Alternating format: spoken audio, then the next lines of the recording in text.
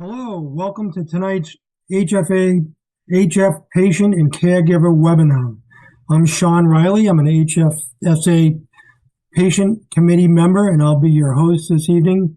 Tonight's topic, lifestyle and medication management, successfully navigating the holidays with heart failure.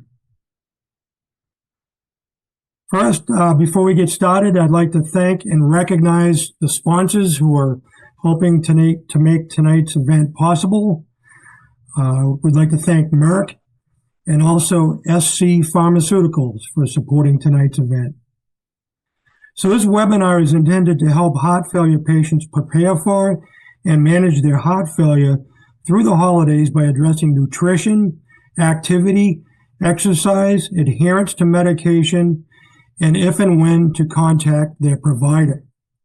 We'll take question and answers from the question section to present to the speakers at the end of all three segments. I'd like to ask participants that at the conclusion of the webinar, they'll receive an evaluation for this event, and we would really appreciate it if they could fill out that evaluation and we could use your feedback. Okay, our first speaker tonight is Michelle Routhenstein. Michelle is the owner of Entirely Nourished, a nutrition counseling in counseling private practice specializing in the prevention and management of heart disease. She's a registered dietitian nutritionist who takes the science-based, personalized approach to improve heart function and address cardiometabolic risk factors to help increase quality of life. Welcome, Michelle. Thank you so much for having me. Tonight, I'm excited to talk all about how we can approach the holidays and choosing how do we protect our heart health throughout the holiday season. You know, I want to start off with really bringing the importance of the fact that the holiday season can bring up a lot of anxiety and a lot of fear and unknowns when it comes to how to navigate it amongst the family when we have a heart condition. And I really want you to take a more planned approach that allows you to enjoy the holiday season and have a really good action plan so you can enjoy the holidays with your family and not have that deprivation mindset, but more of that add-on mindset that's super important to protect your heart. So thank you so much for having me. I hope this empowers you and you get a little bit of great information from my segment in this series tonight. Oftentimes when I see my clients come to me, the first thing that they were told is, hey, go on a low sodium diet, watch your salt intake. They're often given a whole list of all of the foods you shouldn't eat. But I want to switch that mindset for you. And I want you to look at the fact that your heart needs a lot of nourishment. Your heart needs a lot of nutrition that we need to be adding into our diet. And when our mindset is always focused on what we're not eating, it tends to lose sight on all the things we need to have in order to protect our heart and improve cardiovascular function.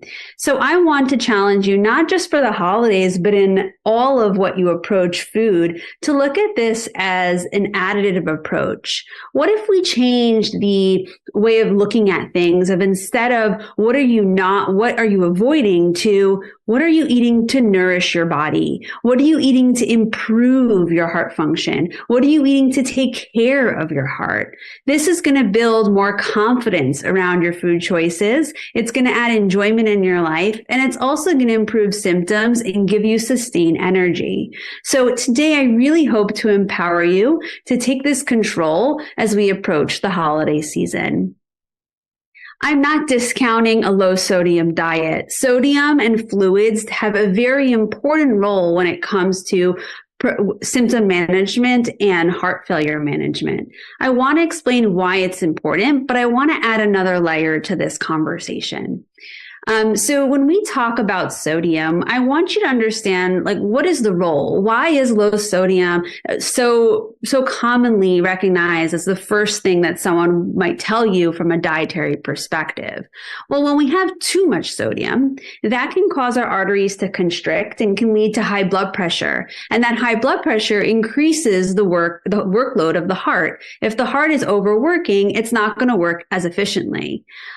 A lot of excess sodium can also increase fluid retention, which makes the heart overwork. High sodium levels can disrupt also the electrical signals in the heart, which can lead to heartbeat and heart rhythm irregularities. When we look at the actual guideline therapies, the Heart Failure Society of America suggests 2,000 to 3,000 milligrams of sodium per day for people with heart failure, and less than 2,000 milligrams of sodium with moderate to severe heart failure. But we really see that a personalized approach is most effective, because many times, depending what you're eating, depending on the medication that you're on, and depending on your fluid status, that may need to change in order to help reach your goals. So you always want to consult with your healthcare team, including a registered dietitian who specializes in heart disease. So sodium is important. We're not saying have as much sodium as you want, but we're not saying a no salt diet either. And we have to recognize that there is a medium amount of how much sodium your body can handle. And we need to recognize that adequate volume, not too little and not too much. When it comes to liquids in general, in someone who has heart failure, excess fluid in the body increases the volume of blood the heart needs to pump. And this adds additional burden and strain on the heart, which could make heart failure progress more quickly. The buildup of extra fluid can also lead to swelling in areas like your legs, your lungs, and it can cause discomfort and make it difficult to breathe. So when too much fluid accumulates because we can't get rid of it, it leads to more shortness of breath, and it can reduce the oxygen supply to the body. So again, this fluid allowance or restriction needs to be personalized. It's not, okay, everyone needs to be on a 1.5, 2 liter restricted volume. It really needs to be assessed based off of your kidney function, based on your fluid retention and edema status, based on your medication and the stage of heart failure in which you're in. Generally speaking, 50 ounces per day is often recommended for individuals with heart failure, but again, it all depends on your urine output and your fluid status. So the most important thing when we go into the holiday season, and really just every day, we need to be monitoring for fluid retention. So keeping a food and blood pressure. So keeping a food diary to monitor blood pressure, sodium, and fluid intake to assess its impact on your heart health, and communicate this with your healthcare team so they can adjust medications, dietary recommendations accordingly. You want to be aware of symptoms of fluid overload, such as swelling in the legs, shortness of breath, fatigue, anything that's different from your normal. And you also want to be checking for your weight fluctuations. So a sudden weight gain of 2 to 3 pounds in a single day can be a warning sign of fluid overload as well. When we approach the holiday season, we want to make sure that we're mindful of where sodium can be contained, and we want to make sure that we're reducing those types of foods that we're putting into our system. To give you a reference though, 1 teaspoon of salt is 2,300 milligrams of sodium, so it can add up really quickly. So maybe you replace a salt shaker with another spice that you like, but most of the time the sodium's already cooked in what we're eating. So we need to look for high sodium items like sauces, or methods of cooking like smoked, cured, pickled, canned, fried. Cheese-based dishes are more higher in sodium. Maybe looking for more things that are baked or steamed or poached or roasted can help cut back on the sodium. But another thing that most people don't really explain is that sodium and potassium work in tandem together. So while sodium constricts the arteries, potassium opens up the arteries, and it helps to flush out some of the sodium in our body. So really pairing the foods better can also help with reaching these goals too. Some potassium-rich foods include leafy greens, beets, broccoli, and potatoes. Many people who have heart failure are on potassium-sparing medications like spironolactone. And so we need to be cautious with having a too high potassium diet as well, But recognize that we don't need a no potassium diet, and still pairing moderate potassium foods within your meals at the holidays can help still offset the sodium and potassium ratio to help with lowering fluid retention issues and helping with blood pressure. You want to make sure that you are looking at this as well, where are you in your holiday season? Are you cooking at home? Are you going somewhere? What can we do, and what action plan can we put into place to help? So don't go into the holiday meal starving, because then you're going to be ravenous and then you'll tend to eat more. So sticking to that hunger scale also allows you to eat in more portion controlled volumes. If you're cooking at home, you have better control, and ideally looking to balance out your plate with more of the potassium foods can help with offsetting sodium. When it comes to medication effectiveness, I think it's important to really recognize that certain medications can lead to higher needs of other nutrients. And so 3 common medications that I often see in many of my heart failure patients is Lasix, hydrochlorothiazide, and spironolactone. And with those, there are some risk of nutrient deficiencies and some risk of nutrient excesses. So you want to make sure you're talking with your care team, including a dietitian, to help ensure you're getting those nutrients through food to help offset any further complications. I want to highlight this specifically because the research really shows that a heart failure population has a lot of micronutrient deficiencies. We see micronutrient deficiency is common in adults with heart failure, with above 20% having low intakes of vitamin A, calcium, magnesium, selenium, and iodine, and 75% having low intakes of vitamin D and iron. We really need to understand that these micronutrients are necessary for normal cardiac function, and deficiencies can progress heart failure even further. So instead of looking at what you should be avoiding, I really want you to focus in on what are you eating. We should be aiming to get our nutrients through food, through a well-balanced diet that focuses on adding in foods versus taking them away. We actually see no benefit in a very low sodium diet for most heart failure patients, which emphasizes the need to prioritize an additive approach to the diet. Oftentimes, diuretics will lower that sodium as well. And so we end up having too low sodium levels, and we need to be making sure that we are offsetting that as well. So the question becomes, well, then what can I eat? So I want you to be focusing on that. So for the holiday season, I kind of wanted to give a little bit more of a holiday theme. So some examples. So instead of thinking, okay, I can't have any salt, well, what am I going to eat? So think, okay, can I swap a high sodium meal for more of a potassium, calcium, and magnesium rich meal? When I put an asterisk on the potassium, just to take caution with the amount if you are on a potassium sparing drug like spironolactone. So a honey baked ham, maybe then you switch that for an herb and nut roasted turkey. Switching from an eggnog to a banana spiced smoothie, from going from high saturated fat diet to an unsaturated fat diet. It's more about what you're replacing things with versus what you're avoiding. That's what we see really is most protective for heart health. Going from refined sugars to complex carbs. So maybe traditional sweet potato casserole to a mashed sweet potato with rolled oats and cinnamon. So in order for us to make this a stress-free holiday season, I want you to assess the holiday season. How many meals are out of your control and what is in your control? No one meal is going to give a negative side effect for heart health. It's really about saying, what can I do in these situations? So take inventory of the options. Aim to choose main dishes that are lower in sodium based off of some of the tips I mentioned to you. Look to balance your plate with more potassium and magnesium-rich side dishes. And if you're able to control the menu, whether at home or you're bringing a side dish that would better balance out your meal, you could plan ahead to make that available to you.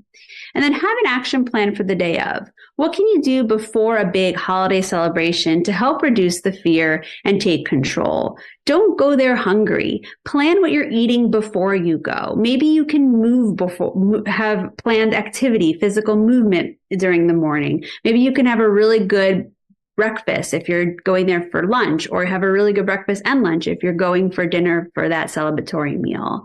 Remember, it's one meal versus making it a whole week or a month of these meals. Pay attention to your body's hunger and satiety signals to help with processing the metabolic load, and ensure that you are moving and you're hydrating to your needs as well. I hope this was helpful. I want to thank you for having me. So please, I hope you focus on enjoying the holidays with your family, plan ahead and have an action plan in place so you can take an empowered approach in your health during the whole year, including the holiday season. I want to wish you and your loved ones a happy holiday season. Feel free to check out my website, entirelynourished.com. Sign up for my email list where I give some more free tips for protecting your heart health. Thanks so much for having me. These are my references. Well, thanks, Michelle. Great information. Boy, it sounds like I need to modify my Thanksgiving menu. I'd like to remind participants to go ahead and post any questions that you may have in the questions section. Our next speaker is Amy Brewster. Amy's a clinical pharmacist in Memphis, Tennessee, who's been working with patients with heart failure for the last 8 years. She focuses on improving patient outcomes through medication management, education, and patient empowerment. Welcome, Amy. Thank you so much. I appreciate the chance to be here. So just a couple things just to orient us as we go through. I'm going to go through the medications most commonly used for heart failure, specifically focusing on what we might expect from them, as well as side effects, what we want to monitor for. I'm going to briefly touch on potassium-containing foods just as they're related to our medications, and then some helpful tips for the holidays. So one of the questions I get asked pretty regularly is, why am I on these medications? And we use quite a few, so it's important to know what the benefits are for them. And really the idea here is that your providers are trying to create the right approach for you that helps you to live longer, help you to stay out of the hospital by reducing your symptoms of heart failure, increase how much activity you can do each day, and then hopefully be able to improve your quality of life. Now, what I've got listed here for you are what we kind of consider our 4 core medication groups. I'm going to go through these individually on the next few slides. I just like to present these so that hopefully some of the names jump out at you as things that maybe you're already on or things that your doctors have talked to you about. Now, the reason I call these our 4 core medication groups is these are really the ones we know have a lot of good information behind them to show us that they help us to live longer and maybe even improve some of our heart function. So jumping into those, we've got our beta blockers, which you can see I've got some listed there below the title. The way that these work is they actually help by lowering your heart rate. And when we lower that heart rate, we take some of the work off of our heart. Now, what's also happening in heart failure is our body produces certain hormones that over time can worsen your heart failure. These types of medicines protect against those hormones. And by doing that, it helps you to live longer and even over time may help with reversing some of the damage to your heart. When your doctor starts this group of medicines, a couple things to expect is that we do have something called target doses, meaning that they're going to start your doses low and then increase them over time. Whenever you start one of these, or if your doctor increases the dose, a few things you might notice at the beginning, maybe things like increased fatigue or exercise intolerance. These will typically get better within 1 to 2 weeks. You may also notice things like dizziness with what we call position changes. So when you rise up from sitting or laying down, or when you bend over. Again, these should improve with added time. And then I would just like to mention that if you also happen to have diabetes, a little bit of a thing with these is that they can actually mask or cover up some of those symptoms of what we call hypoglycemia or low blood sugar. So it's just very important to be mindful of that whenever you're adjusting these doses. As far as monitoring goes with this group of medicines, if you've got a blood pressure cuff at home, your doctor may ask you to check your blood pressures and log those, but it's also important to make sure you track that third number that's going to be there on your monitor. That's going to be your pulse rate or your heart rate. And then with anything with heart failure, we're always going to ask you to watch for signs or symptoms of it getting worse. So meaning fluid retention, like swelling in your legs or your belly, a weight gain on your scale from one day to the next, or increased shortness of breath. Our next group is something called RAS inhibitors. Again, I've got some examples there listed for you. Basically, what these do is they help to kind of widen, or the term is dilate, your blood vessels, which just means that when that heart pumps, that blood flows more freely through your body. They're also going to work in your kidneys to help reduce the amount of salt and water that you hold on to. And when we don't hold on to as much salt and water, we don't have as much swelling. This group of medicines, again, helps to protect our heart against those specific hormones, so it prevents progression or worsening of your heart failure, which ultimately should help you to live longer and may see some improvement in your heart function. A few things that we can think of when we're looking at what to expect with this group, again, includes that they have target doses, so your doctors may start lower doses on you and increase them slowly over time. These also have a tendency to have a little more impact on blood pressure, so they're going to ask you to watch out for symptoms like lightheadedness, dizziness, and make sure to let your doctors know if you start to experience those. With the ones that end in pril, so we call them ACE inhibitors, so things like enalapril, lisinopril, captopril, those can also cause kind of a little bit of a bothersome cough, like a tickle in your throat. It doesn't hurt you, but I will just mention that if you do notice that happening, you can always speak with your provider. They may want to switch you to a different one within this group just to help alleviate that. Finally, because these work in our kidneys, your doctors are going to have you get blood work done to check on your kidney function, your potassium levels before you start these, and then periodically while you're on them. It's very important for safety reasons to make sure you get your blood work done when you need to. So that also includes during kind of our busier holiday time. So just make sure you're making plans for that if your doctor needs it. And then finally, they again may ask you, depending on where your blood pressure started, to go ahead and monitor your blood pressure at the same time. Our next group includes spironolactone and eplerenone. So these again are going to protect our heart against those hormones, help you to live longer with heart failure, may see some improvement in that heart function, but they also work in your kidneys with those diuretics, or what we might call water pills, to help reduce your fluid in your legs, in your belly, maybe improve your shortness of breath. These are generally well tolerated. And typically don't have a lot of effect on something like blood pressure unless your blood pressure is pretty high, then you might see a little bit of a reduction. I do like to point out a kind of a rare side effect here, though, just again, things that we want to watch out for. With spironolactone, it can actually sometimes, and very infrequently, but sometimes cause people to develop additional breast tissue or breast tenderness. So if you start to notice that, again, please let your doctors know promptly. That way they can maybe switch you over to eplerenone or reassess whether they want to change to something different. Again, these are going to be ones that go through your kidneys. So we're going to want to make sure we're getting our blood work done. And as Michelle mentioned in her side, these are medications that can affect your potassium levels. So they're going to be checking for that as well. The next group in our kind of core four are SGLT2s. So what these basically include are empagliflozin, which also goes by the name Jardiance, and dapagliflozin Farxiga. They're going to help you to live longer, maybe see improvement in your heart function, reduce symptoms of your heart failure, and ultimately help keep you out of the hospital. Now, when we first start these, things you might notice include more frequent urination, at least initially. Because it's helping pull off some extra fluid, though, you may also see some improvement in your shortness of breath or swelling. Now, I will mention, because of the fact that it's pulling off extra fluid, you do want to watch out for signs or symptoms of dehydration, lightheadedness, dizziness, big drops in your weight. So just be mindful of that.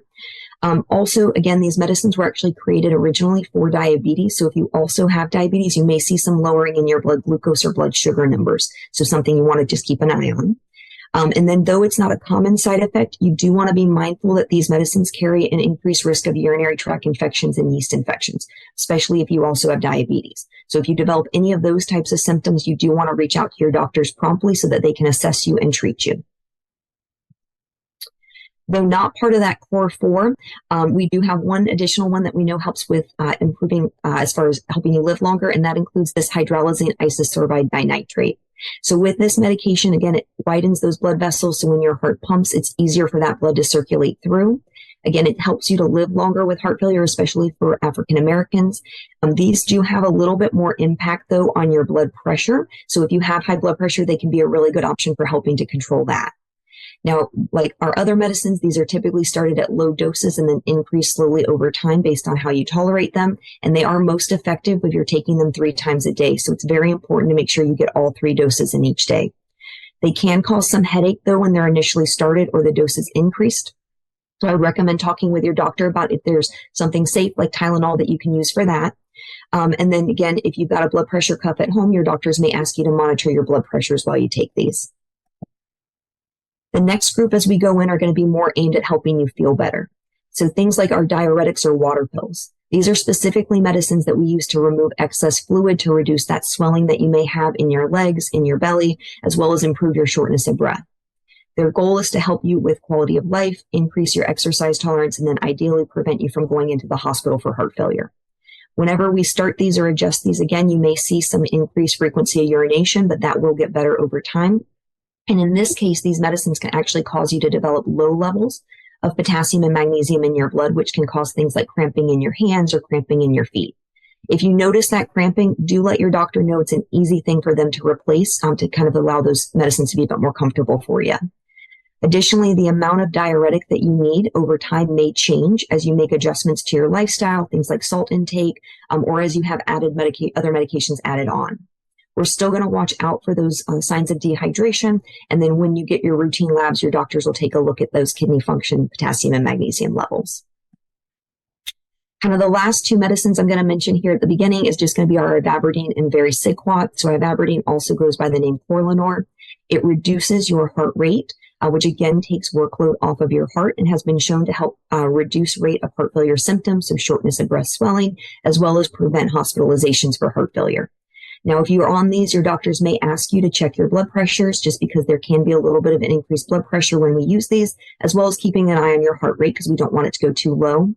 A rare side effect just to be mindful of with this is that it can cause some visual disturbances. So if you happen to notice any changes in your vision, in addition to speaking to your eye doctor, do just let your cardiologist know too if you're on this medicine. The next one I've got, that variciguat, goes by the brand name Vercuvo. It's been shown to help again with reducing heart failure symptoms, preventing people from going into the hospital. And it's especially used following hospitalization or if you had to go to urgent care or the ER for heart failure in the past. Now, it can affect blood pressure to some extent. So your doctors may ask you to monitor your blood pressures and log those as well as your weights. And I do just want to point out here that there is a little bit of a drug interaction with nitrate medicines, so things like nitroglycerin, sildenafil, tadalafil, just due to that risk of low blood pressure. So please make sure, anytime you're adding or adjusting your medicines that all of your providers are aware. All right, I've got one slide here on potassium. As I mentioned, certain medications can affect your potassium levels and major dietary changes can impact how much potassium you take in. So just being mindful of higher potassium containing foods. Now, in a lot of cases, unless you've been told that you need to be mindful of following a low potassium diet, you may not need to be too restrictive with these, but moderation is still always key. So on the fruit side, you can see that we've got bananas, which I think most people think of, but also things like cantaloupe, cherries, fruit juices. On the vegetable side, going to be a little bit of starches there. So our white potatoes, sweet potatoes, yams, and then those leafy green vegetables or beans. All right, now just a couple tips for our holidays when it comes to managing your medications. During the holidays when we're maybe not in our normal routine due to change in schedule or even change in location, it could possibly result in us missing medicines if we're not planning ahead. And missing medicines can cause you to have worsening heart failure symptoms, which we don't want. So it's really important to consider how we're going to overcome that. So maybe utilizing a medication organizer like a pill box, setting reminders on your phone or your clock to help with medication timing can be really helpful there. I also recommend going ahead in the next month and looking at your prescription bottles to see if you have refills remaining through the holiday season. Your provider offices may have less staff or be closed for specific periods during the holidays, and you don't want to be caught waiting on a new prescription to be sent in and without your medicine. When it comes to holiday travel, planning there is also so important. Again, you want to think about your refills if you need to refill your medicine before you leave or while you're away. If you find that you need to get a prescription filled while you're outside of your normal location, most medications for heart failure can be transferred to other pharmacies if needed. It just can take a little bit of time, so make sure you plan ahead. And if you happen to get to another location and realize you need a new prescription sent while you're there, please make sure you're giving your provider office the full information on the pharmacy, so not just the name, but the address and phone number, as they may not be as familiar with the location you're in. When we're traveling, we also want to ensure our medicines are being stored appropriately. So if flying, ensuring that they're in your carry-on baggage so you've got access to them during travel, as well as if something were to happen with your checked bags, that there's not a delay. And then try to minimize exposure to extreme temperatures. So whether that's heat, cold, or just large levels of humidity. So just in summary, again, medication management is going to be important at all times, but especially during the holidays, we want to make sure we're being proactive. Home monitoring through things like blood pressures, heart rates, weights, and then any lab monitoring your doctors need you to have done still needs to be done during the holidays and just needs maybe a little bit of planning. And then anytime our schedule is going to change, it's just important to think about what changes we need to make to our routine to ensure we're being able to take our medicines at the appropriate times. And then reviewing those prescription bottles to minimize any risk of missing doses due to needing refills or waiting for your provider's office to reopen. Right. Well, that is all I've had for today. I really do appreciate everyone's time. I appreciate being here. Thanks, Amy. That was great. I know in my own case, I do have to manage blood pressure, blood sugar, and fluid retention. So lots of great information, helpful information in there for me, and I'm sure as well as others. Once again, I'd like to remind participants, if you have any questions, go ahead into the questions section and post your questions, and we will address them at the Q&A session at the end. Okay, our next speaker is Teegan Breedlove. Teegan is a doctor of physical therapy at Baptist Memphis, treating patients in the acute care setting. As the manager of the rehab department, Teegan has spent time treating patients with a myriad of cardiac diagnoses, combining therapeutic use of movement and cardiopulmonary training to manage changes in life. Welcome, Teegan. Thank you very much for having me. So I think one of the main themes that we've seen this evening is planning ahead. So as we plan ahead in our activity, you want to make sure that your day is meaningful and that you're able to accomplish everything that you want to accomplish that day. So what has to get done? Then what also fills your cup for those holiday celebrations and time spent with family? And then maybe what can get postponed for the next day. So when we're talking about exercise for the holidays, what counts as exercise, right? So anything that is purposeful to increase heart rate and your respiratory rate would be considered exercise that day. So it could be, I'm going to see how fast I can vacuum my living room and check my heart rate and get a little exercise doing that. Or maybe you're going to rush through the grocery store. This effort can be measured in a couple different ways. One is going to be with a pulse oximeter. Another would be a heart rate monitor, or then also the rate of perceived exertion. This is called an RPE scale, and we'll talk a little bit more about that later. If you happen to be on a beta blocker, using that rate of perceived exertion along with your heart rate is going to be the safest and most reliable measure. However you choose, whether it's that pulse ox, your RPE, or your heart rate, you're going to want to keep a track of it, keep a log of it, and then that will allow you to move forward in your exercise progressions. So is target heart rate for heart failure always the best idea? It is not. So 220 minus your age, and then you multiply that by 60 or 80%, that gives you that target heart rate. But again, that may be an overestimate of a safe training level for someone with heart failure, especially with those beta blockers. So we want to try to make sure that we are combining that heart rate, SpO2, and the rate of perceived exertion. So the rate of perceived exertion scale, that RPE scale, is how hard you feel like you're working. And there's two different scales. So if you ever are at a gym and are looking at the treadmill, you may see one that says 6 is no exertion and 20 is the max. That's the Borg. And then there's a modified Borg, and it's a 0 to 10 scale, with 0 being no exertion and then 10 being maximum exertion. The other options that we have, I skipped. So here's how those two scales would look. So very light would be like a 7 or a 0.5. And then, something hard would be at that 4 on the modified, or maybe somewhere in between that 14 or 15 on the original Borg scale. So whichever one makes sense to you would be how you would want to do your training. So the other ways then to measure exertion, here's the pulse ox. You can pick them up, I want to say about $20, $25, Walmart, Amazon, whatever. Here's a heart rate monitor. These are a little more expensive. They're a little bit more cumbersome. There's a strap that goes around your rib cage and then a monitor on your wrist. But then, like I wear one, don't believe it's super accurate, but if it's consistent, that's the most important thing when you're training for your progressions. So those are also an option.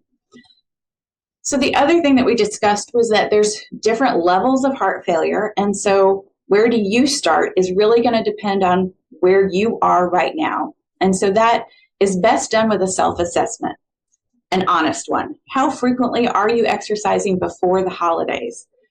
Is your normal day sedentary? Do you sit at a desk all day? Are you doing light work like walking, standing? Or are you doing strenuous work like heavy lifting? And then how many hours are you doing that work for? You know, I may lift a couple patients today, but I'm only doing that maybe for an hour. And then I sit at my desk most days. If I am treating patients for 8 hours and I'm lifting everybody that day, that's a pretty active day then. And so just giving a good overview of how long you spend doing those activities each day, and then how well have you been tolerating it. So holidays are known for getting a little harried, a little hurried, a little hectic. So if you're just barely scraping by before, you know, November hit and your social calendar wasn't booked up, the holidays may not be the time to add a whole lot of extra exercise if that social calendar is going to just take off running. But if you were doing well and not overly fatigued, and again, not having that excessive weight gain, so no weight gain in a day of more than like 2, maybe 3 pounds, then you could go ahead and try to add a little bit of exercise. But we want to do it slowly and with small increments. So precautions that I would tell anybody: this is not the time to be a weekend warrior. No pain, no gain is definitely not the right motto for this. So I want you to listen to your body, pace yourself, and things that can affect your blood pressure are going to be any sort of activities with both arms up overhead. So anything like this is going to raise your blood pressure the fastest. So you'd want to use those cautiously. Now, and this was alluded to in Amy's discussion about if you have changes in blood pressure from when you're going from laying down to sitting up and your blood pressure drops and you get dizzy, then maybe you want to do some arms overhead to get your blood pressure up a little quicker so that you can stabilize. But as far as just active aerobic movements, those are going to definitely bring up that pressure. Repetitions of any exercise for 30 is going to improve your muscle endurance. So if I do bicep curls for 30 counts, that's going to work on my bicep muscle endurance. If I want to build my muscles and improve the strength of them, then I'm going to do repetitions around 8 to maybe 10. You still may do a total of 3 sets of 8 or 3 sets of 10 and get to that 30, but there's pauses and breaks in between to allow for that improvement in strength. So if you're just sitting there and doing 30 straight, that's again an endurance. And I would recommend, if you don't have any problem getting down on your couch, up off the floor, those sorts of things, focus on those endurance exercises, because that's going to include both the cardiovascular system along with the musculoskeletal system. If you're having difficulty getting up from a chair, that's not related to shortness of breath or dizziness, but it's your legs are having a hard time lifting you, then you're going to want to focus on the strength first, because that's going to give you the momentum that you need to maintain to work on the endurance. And that would be the quads, the muscles on the top of your legs. So anybody that's ever been in a hospital has probably seen PT come in and go, kick your legs out. Those little leg kicks work the quadricep muscles. You want to do them on a nice slow 5 count. Then the lower legs would be the gluteals and the hamstrings. Those can be done with bridging. You can focus on squeezing your glutes when you go from sit to stand and use that as an exercise. So those would be things that would improve both the mechanics and the efficiency of your musculoskeletal system to support your cardiorespiratory system. So then the next thing that you want to do, make it fun. Include your friends and your family. It's the holidays. Go take a walk at the mall alone. Maybe you need some alone time, or maybe you want to call somebody up and meet them for a walk or get your grocery shopping done. Do a dance party in your living room, maybe race yourself or others to clean the house. I know Christmas is a great time. I love to put on some music and dance around while I'm cleaning. Or perhaps you want to slow down a little bit, get in nature. And when I say slow down, I don't necessarily mean the effort that you're putting forward, but just in perhaps the noise around. So taking a walk, a bike ride, maybe you garden or need to rake the leaves. And then also volunteering, maybe delivering meals or helping out at an animal shelter, walking dogs, something like that. But something that you enjoy doing. And then the sweet spot of activity is really going to be when you can accomplish everything that you want to accomplish, and you'll do that with planning. So if my social calendar is super full and I have a party on Friday night, and I know from the past that if I clean my entire house on Thursday, I am so wiped out, I'm not going to enjoy that party on Friday. My weight is going to go up 3 to 5 pounds on Friday, then that means that that's not the sweet spot. So I need to then take that house cleaning effort and break it down so that it's smaller increments throughout the whole week to get everything done that I need to get done, but my weight doesn't increase by more than 2 pounds in a day, so that there's no swelling in my feet, my ankles, my stomach, I'm not short of breath, there's no chest pain or tightness. As long as you're hitting those, so that weight gain, swelling, shortness of breath, chest pain, as long as those are limited to none, then that's the green light. That's your sweet spot. That's when you can start to gradually increase it. How are you going to know if you did overdo it? And these are the things I kind of call red flags. These are going to be symptoms that you'll experience immediately during exercise or right after, or even the next day. And so you're going to be overly fatigued, nauseous, you'll have that swelling, weight gain of more than 2 to 3 pounds in a day, or 5 pounds in a week. You'll have that swelling in the feet, ankles, legs, and abdomen, any shortness of breath, especially that doesn't stop after you're exercising. Remember, I said exercise was anything that raised your blood pressure and heart rate and respiratory rate. So some increased respiratory rate, so I'm breathing a little harder, is expected. But if I feel short of breath, like I'm not getting enough, then that is going to be one of those signs that you're overdoing it. Difficulty breathing when you're laying down, feeling like you need to be up in the recliner to sleep, any uneasy feeling, dizziness, or a dry hacking cough that you don't normally have. And then changes in your heart rate, anything that's rapid, irregular, any palpitations. Those would be things to tell you to call your doctor. And they can give you the direction that you would need at that point. And you definitely should back off on the intensity or the duration of your exercises. Now, how are you going to progress them? Small increases, y'all. Maybe 30 seconds, So I've got a great exercise program. I'm sailing through my everyday life. I'm doing 10 minutes. So I'm ready to bump it up a bit. Maybe you do just an extra 30 seconds. Maybe you're at a half an hour and you're going to add 5 minutes. It's where you are and what your daily life looks like. So then you might want to increase the step goal by 100 steps or a half a point on your RPE for a portion of your activity. And then you want to give it a couple days. Live with that increase before you bump it up again.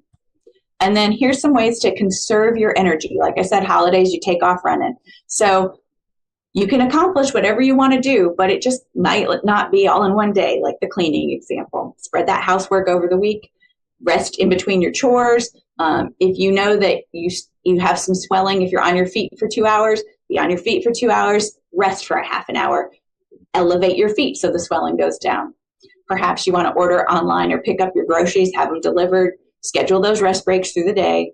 Another couple things, a terry cloth bathrobe to dry off after a shower, using a shower chair or stool are great ways to do it. Sit down to do your hair, makeup, or shave your face.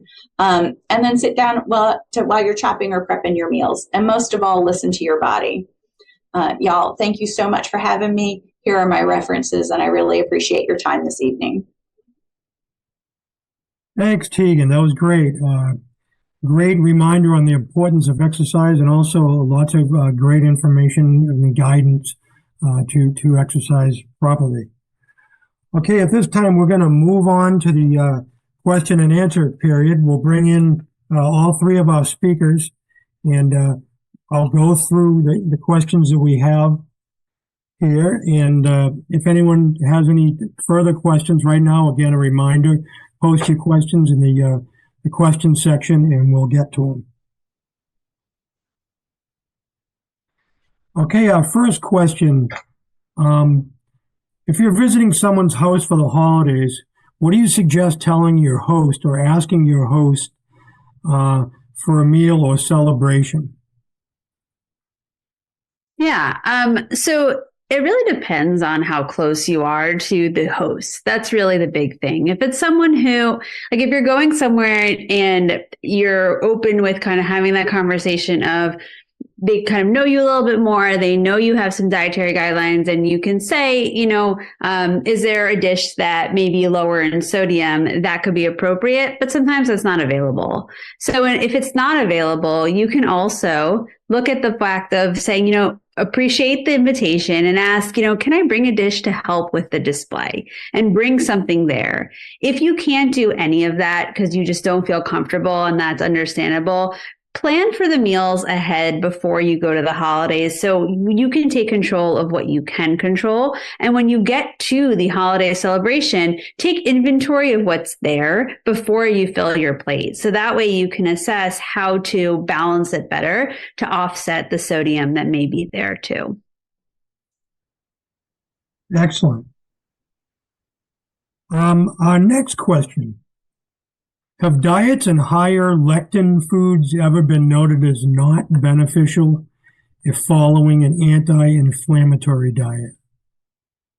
Diets and higher lectin foods. So I think it's important to note this thing. So heart disease is an inflammatory disease. We need to be on an anti-inflammatory diet. But if you look at the research, the dietary inflammatory index has more foods that you need to add into your diet than to take away. And many foods that have lectins in it are very anti-inflammatory foods. So yes, if you have a reaction to lectin foods, sure, you can find other foods that substitute that to help reduce inflammation. But lectin is only really a problem in a general standpoint if you eat certain foods raw. So like if you eat like beans raw, then it can lead to some inflammatory reaction, but no one's eating raw beans. So lectin is not really an issue. A lot of times when we have this, avoid this big group, you end up becoming nutrient deficient and not getting the flavonols and the potent antioxidants and anti-inflammatory properties that are found in many of those foods.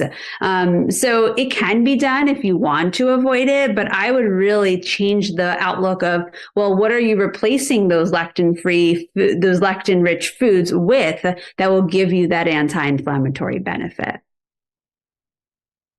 Excellent. Thank you. Next question. What do you do about that 3-pound gain on the morning after? So I'm just going to jump in. So I would say this is going to be a lot based on kind of the direction you've been given by your provider. So there are instances where your doctor, if you're already on those diuretics, those water pills that I mentioned before, may give you instructions that, hey, if you see this 3-pound weight gain, this is what we want you to do.